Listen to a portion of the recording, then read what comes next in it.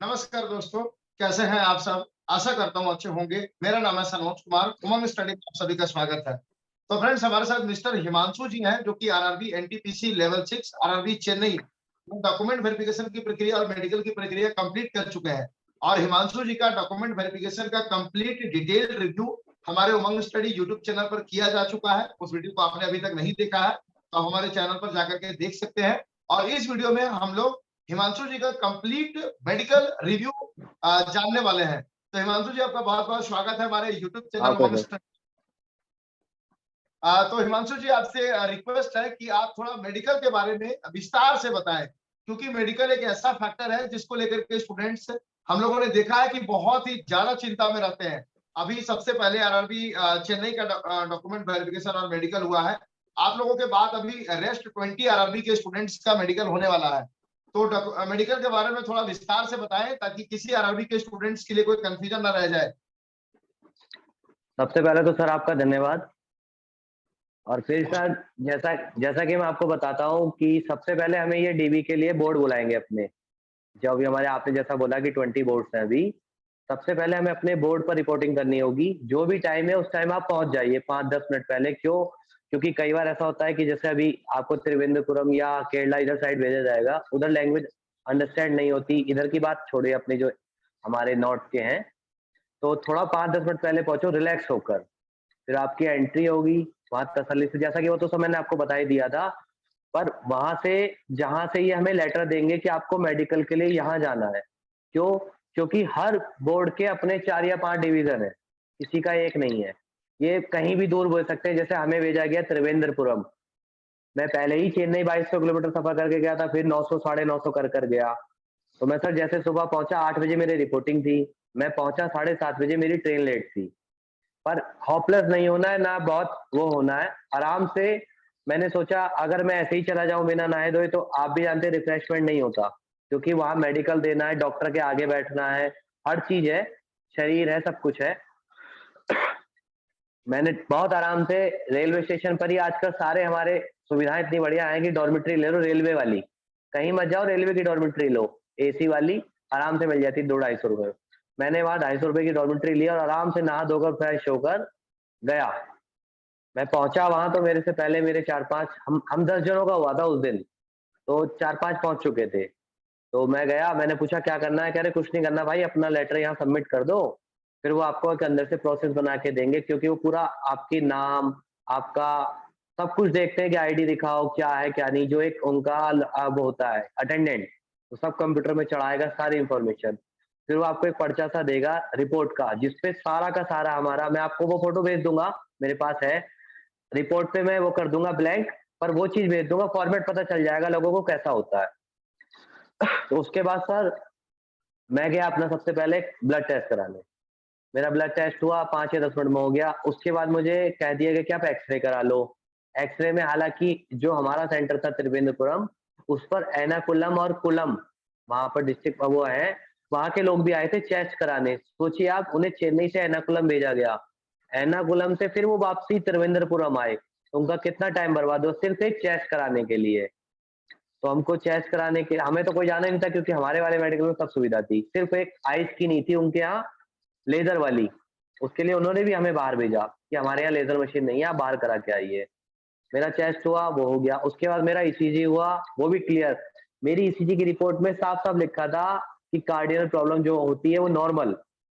पर तब भी फिर मेरा नंबर था फिर 7वां, क्योंकि सबमिट होते जा रहे थे, उसके हिसाब से मेरा 7वां नंबर था। मैं गया अपना जब मेरा नाम बोला, पहली धड़कन बढ़ रही थी, क्योंकि मेरे से पहले 6 बता रहे थे यार आइस बहुत टफ ले रहा है, डॉक्टर बहुत टफ प्रोसेस कर रहे हैं, एक तो लैंग्वेज अंडरस्टैंड नहीं है, फिर डॉक्टर बहुत टफ, जिसे कहते हैं, लग रहा था कि हाँ कुछ मेडिकल हो रहा है आर्मी का। देने गए थे रेलवे का, लग रहा था आरआरबी का, उसका आर्मी का मेडिकल हो रहा है। उसके बाद सर जब मेरा नाम बोला, मेरी धक धक और तेज हो गई, पर मैंने किसी तरीके से अपने आप को काल्म किया, शांत। जैसे ही मैं एंटर हुआ, तो आपको अटेंडेंट तुरंत बोल देगा कि अपनी शर्ट और बनियान रिमूव कर दो, टांग दो उतार कर। डॉक्टर ने मुझे उतार के, मैंने पैंट पहना रहा, डॉक्टर ने बोला बैठो अब। फिर उसने मेरे हाथ वाथ चेक किए, मेरा सीना चेक किया, तो उसको मेरे ईसीजी में शरीर में मुड़मुड़ लगी, यानी गड़गड़ाहट सीटी सी बजने की। तो मैंने पूछा, क्योंकि मैं उसकी बातों से समझ गया था कि कुछ ना कुछ प्रॉब्लम है। मैंने सर कुछ प्रॉब्लम? कह रहा no no nothing worry, not major, simple है, माइनर प्रॉब्लम है। मैंने ठीक है, पर उसने लिख दिया कि फिजिशियन कंसल्टेंट, तो मैं तो फंस गया कि मुझे सलाह लेनी है। बाकी और उसने मुझसे ये सब सीना चेक करने के बाद बोला खड़े हो जाओ, तो उसने मेरे हाथ चेक किए, घुमाया फिराया, नीचे बैठा, ऊपर कूदो, ये सब कि हाथ वाथ मेरे सब फिट है नहीं है। कान चेक किया, कान बहुत डीपली चेक कर रहा था। पहले बता दे रहा हूँ, किसी के कान में छेद हो अगर, तो पहले ही अपनी करके जाना अगर टाइम हो, क्योंकि कान पे वो बहुत बहुत ज्यादा फोकस कर रहे हैं। क्यों? क्योंकि कान को, अगर कान का छेद है अगर पर्दे में हमारे या कहीं पर भी, तो हमें सुनाई दूर से नहीं देगी, पास से तो हम नॉर्मली पास से ही सुनते हैं। फिर आपको क्या कहते हैं, आंख बहुत ऊपर नीचे करके सब जगह देख रहा था कि कुछ काला धब्बा तो नहीं, कि जिसे बोलते हैं ना कैटरैक्ट, काला मोतिया, वो बहुत डीपली चेक कर रहा था। फिर उसके बाद उसने मुझसे बोला कि आप अपना नीचे वाला कच्छा उतार दो, पूरे नंगे हो जाओ। पूरा प्रोसेस, कोई शर्म नहीं है। मेरा तो चलो मेल डॉक्टर ने किया, जो मेरे से अगले दिन वाले थे उनका तो लेडी डॉक्टर ने किया, उसके आगे नंगा होना पड़ा था। कोई नहीं, उनके लिए तो हम ऑब्जेक्ट है, हम कोई इंसान नहीं है, उनके लिए ऑब्जेक्ट है हम। तो मैं ऐसा नंगा हुआ, उसने फिर मेरे हाइड्रोसिल चेक किए, फाइल्स चेक किया, तुरंत बोल दिया आप पहन लीजिए, कोई दिक्कत नहीं, फाइन। फिर मुझसे कहा ऐसे ही आप दूर जाओ अब। मैं थोड़ा दूर गया, लगभग 20 फुट दूरी, 25 फुट दूरी पर। उसने मुझसे बोला कि मैं एक नंबर बोलूंगा, रिपीट करूंगा, आपको उसको रिपीट करना है लाउड, कान सुनने के लिए, कि कान में रुई ठूस दी और एक कान में, और एक कान को खोला छोड़ दिया, बोलना हल्का नंबर। अब वो बहुत ऐसे बोल रहा था माइनर में, 1 2। अब वो, आप जिसके कान में प्रॉब्लम होगी उसे नहीं सुनाई देगा। बहुत ही मामूली, आप समझ सकते हैं, बहुत ही 20 फुट की दूरी से कोई बिल्कुल मुंह में बोल रहा है, तो उसने मुझे, और ये नहीं है कि 1 2 नंबर बोलेगा, इस कान से भी 5 7 8 नंबर बोलेगा, इससे भी। तो वो हुआ सर, उसने मुझे कंप्लीट कह दिया। उसके बाद उसने मुझे कहा बैठो। और एक सबके लिए सलाह दूंगा, अगर आरआरबी भी सुन रहा हो तो सुन ले, कोई बात नहीं। सब वहां बैठकर नम अपने क्या कहते हैं, देखो दोनों को, सबको टाइम मिलता है, दोनों आंखें खुली रहती है क्योंकि इस प्रोसेस में, तो वो जो चार्ट लिखा रहता है, उस चार्ट पे एक बार नजर मार लो। क्योंकि कई बार ऐसा होता है, हम आइस की वजह से एन नहीं पढ़ पाते, एन को एच पढ़ लेते हैं, बी को डी पढ़ लेते हैं, कई बार होता है, सबके डिस्टेंस होता है। एक सबसे पहली सलाह दूंगा सर सबको, जिस दिन मेडिकल हो उससे 3 दिन पहले फोन बंद कर दो अपना, फोन बिल्कुल मत देखो, क्योंकि फोन की वजह से हमारी आंखें बहुत चुंधियाई रहती है। मैंने अपना फोन 3 दिन से नहीं, 27 मेरा 28 को मेडिकल हुआ, 24 को मैं घर से निकला था, मैंने बिल्कुल फोन नहीं छुआ, बस कॉल वॉल के लिए तो छुआ, अदरवाइज बंद। क्यों? क्योंकि आंखें बहुत इंपॉर्टेंट है। फिर उसने मुझे पढ़ाया, मैंने पढ़ दिया, और ऐसा नहीं है कि आप रट लोगे तो आपको वो वो समझ जाते हैं, वो एक्सपर्ट है। वो मैं सिर्फ इसलिए कह रहा हूँ कि आपको अक्षर पता रहे, रटना नहीं है, पर नजर मार लेनी है। क्योंकि वो क्या करेंगे, कह देगा तीसरा अक्षर बताओ, चौथा बताओ, बैक रिपीट से बताओ, टॉप से बताओ, बॉटम से बताओ, वो कुछ भी करा सकता है। उसके बाद मेरी यहाँ आईज आई 6/6, बोथ आईज। नेक्स्ट उसने मुझसे कहा कि अब सी पढ़ो, वो जो कट वाला सी होता है। हमारे यहाँ क्या था सर, बिल्कुल स्ट्रेट बना रखकर थोड़ा 45 डिग्री पे था।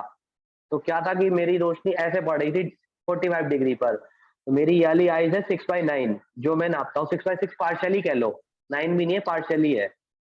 तो मेरी ये वाली आईज आई वहां 6/6, क्लियर बिल्कुल, मैंने सब पढ़ दिया। जबकि मेरी आईज बिल्कुल 6/6 है, बिल्कुल बेहतरीन। ये आई 6/9। क्यों? क्योंकि वो 45 डिग्री पे था। पर क्लियर उनको उनको तो 6/9 चाहिए था। उन्होंने मुझे बहुत पढ़ाया, एक सी नहीं, 10 10 15 15 सी घुमा घुमा कर पढ़ा रहे थे। आप कोई कहता हो कि 2 बार पढ़ाया और कह देंगे जाओ, नहीं, वो बहुत डीपली कर रहे हैं। उसके बाद आपको वो रेड लाइट, बहुत ये जिस कहते हैं ना माथे की बिंदी होती है बहुत मामूली सी, इतनी रेड लाइट दिखाएंगे 20 फुट पर, हर तरीके के रंग की, रेड, ऑरेंज, व्हाइट, येलो और ग्रीन, कई कई बार। फिर फॉगिंग टेस्ट भी हो रहा है, जबकि हमारे रेलवे में फॉगिंग टेस्ट नहीं है इस पोस्ट के लिए, पर ये फॉगिंग टेस्ट कर रहे हैं चश्मा पहनाकर। उसमें क्या है, मेरे साथ का एक लड़का था जिसका पहले नंबर पर हुआ था, उसको फॉगिंग टेस्ट में प्रॉब्लम हुई। जैसे 3 ग्रीन और 2 रेड दिख रहे थे, उसको 3 ग्रीन 3 रेड ही दिख रहे थे, कई बार दिख ही नहीं रहा था, तो उसको प्रॉब्लम करके रोक दिया कि आपका कल होगा दोबारा। मेरे यहाँ बीपी की बहुत प्रॉब्लम आई लोगों को, बहुत लोगों के 160 170 70 तक जा रहे थे बीपी, तो उनको सबको रोक रखा था, मुझे ईसीजी की वजह से रोक रखा था। ये सब करने के बाद उन्होंने बोला आप कपड़े पहन लो, आप जाइए। बता वो सबको तुरंत देते हैं, क्यों? क्योंकि उनको पता है कि अगर कोई प्रॉब्लम होगी तो वो आपका 4 4 5 5 6 6 बार भी लेंगे। वो नहीं चाहेंगे कि आपको निकालें, सिर्फ आइस पे निकालेंगे। जैसे मेरे यहाँ शायद एक लड़का था, उसकी लेजिक थी, और पर उसकी डिस्टेंस भी 6/12 आ रही थी, दोनों आइस की, बोथ आइस 6/12। उसने झूठा सर्टिफिकेट बनाया था, तो उसको साफ कह दिया कि आप अनफिट हैं, आप अपने आरआरबी चेन्नई को रिपोर्ट करें, क्योंकि हमें वहां जाके रिपोर्ट सबमिट करनी पड़ेगी। अगर हम फिट है तो हमें कहीं नहीं करनी, और अगर अनफिट है तो हमें खुद दे के आनी पड़ेगी। क्यों? क्योंकि हमें अगले लेवल के लिए आना है। पेपर तो अगले लेवल का रिजल्ट तभी तो आएगा जब आरआरबी को पता चलेगा हम अनफिट हो गए। ये तो फिट करके भेजेंगे बस। उसके बाद मुझे रोक लिया गया। अब मेरा बीपी और बढ़ गया।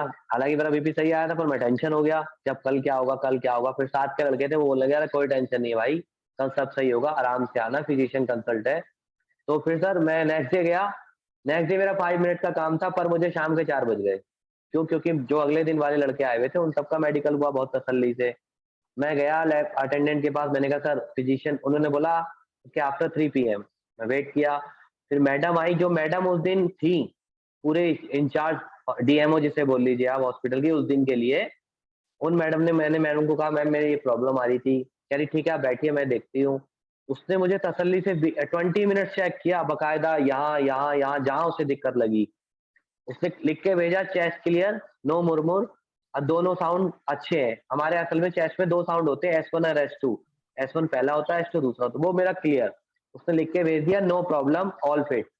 तब भी मैंने अपनी तसल्ली के लिए, क्योंकि वो तो इंग्लिश और मलयालम बोल रही थी। अब हम ठहरे पश्चिम के लौंडे, इंग्लिश आती ही नहीं, मलयालम हमें आती नहीं, इंग्लिश हमारी माशाअल्लाह है, तब भी हमने तोड़-तोड़ के पूछी। मैं sir, ma'am all fit, any problem, I am fit और नॉट? उसने बोला yeah all fit, you are selected for SM. तब थोड़ा दिल को तसल्ली लगी।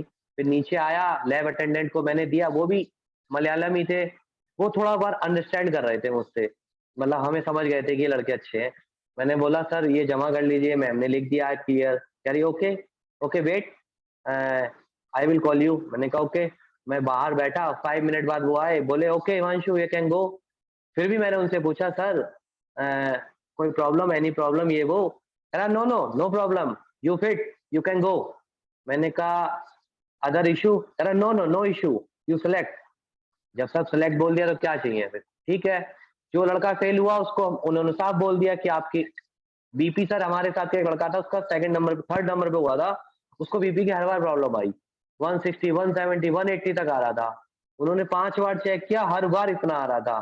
तो उसको शायद, मुझे लगता है कि उसको शायद रेफर किया है चेन्नई के लिए कि आप 15-20 दिन बाद दोबारा आना, क्योंकि ये बड़ी प्रॉब्लम नहीं है। वो तो आप गोली खा लेंगे, दुनिया भर की गोलियां आती हैं, जो भी हैं कई सारी आती हैं, वो खा के उसको पर आँख को कैसे नॉर्मल करेंगे? आप तो नहीं कर सकते ना। और सर कलर विजन बहुत बढ़िया तरीके से चेक कर रहे हैं। कोई कहता हो ना कि मैं उस बुक को रट लूंगा, आप नहीं रट सकते। वो आपको 50-50 पलट के कुछ भी दिखा देगा कि पढ़ के बताओ। और बहुत से कहते हैं ना मैं तो ऐसे-ऐसे चला दूंगा, वो जो रास्ता सा बनाते हैं, नहीं, वो कुछ अलग ही कर रहे हैं कि करके दिखाओ।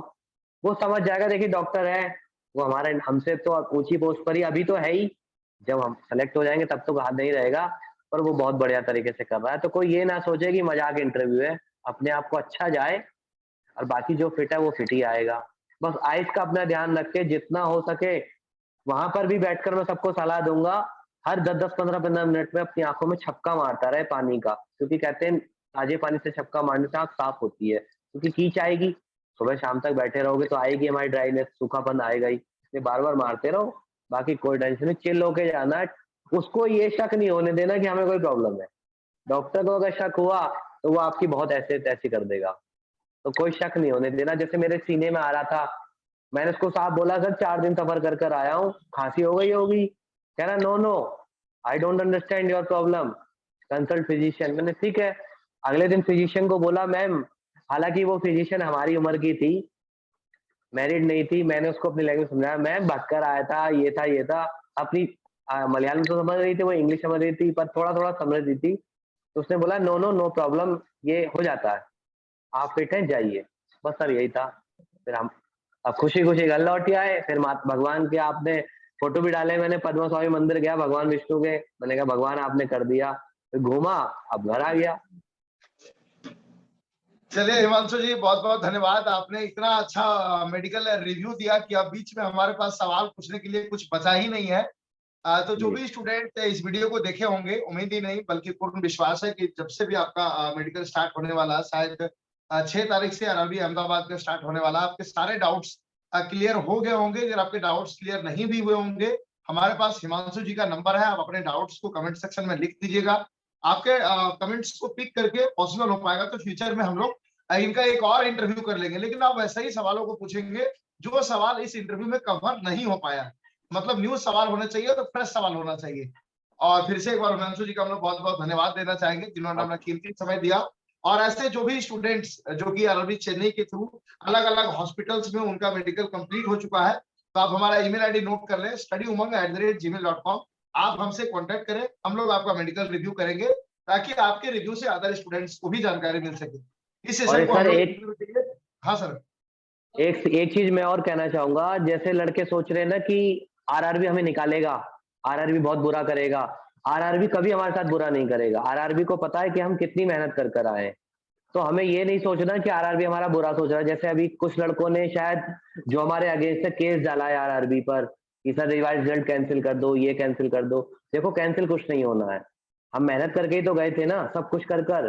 पर लोग सोच रहे हैं सर वहां किसी के देखे जिस डिपार्टमेंट में जा रहे हो उससे दुश्मनी मत लो, क्योंकि बहुत महंगी पड़ेगी। कहते हैं कि जल में रहकर मगर से बैर नहीं करनी चाहिए।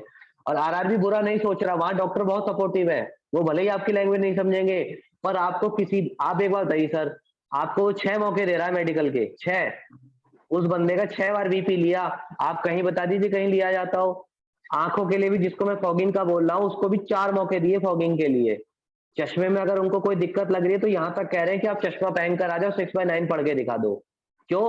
क्योंकि वो आपको वहां अनफिट ना करके A2 की जगह B3 लिख देंगे। क्यों? कि ये A2 के लिए फिट नहीं है, पर जो नीचे के लेवल है B2 B3 उसके लिए आपको फिट लिख देगा। तो आप इससे ज्यादा सपोर्ट क्या लेंगे रेलवे का?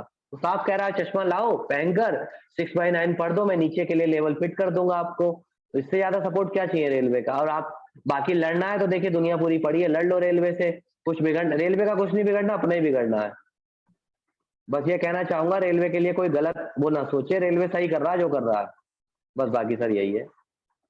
ठीक है हिमांशु जी, पुनः एक बार बहुत बहुत धन्यवाद। तो जो लोग भी सेशन को आखिरी तक देखे उन सभी का भी बहुत बहुत धन्यवाद। तो हमारा ये सेशन आपको कैसा लगा हमें कमेंट करके जरूर बताइएगा।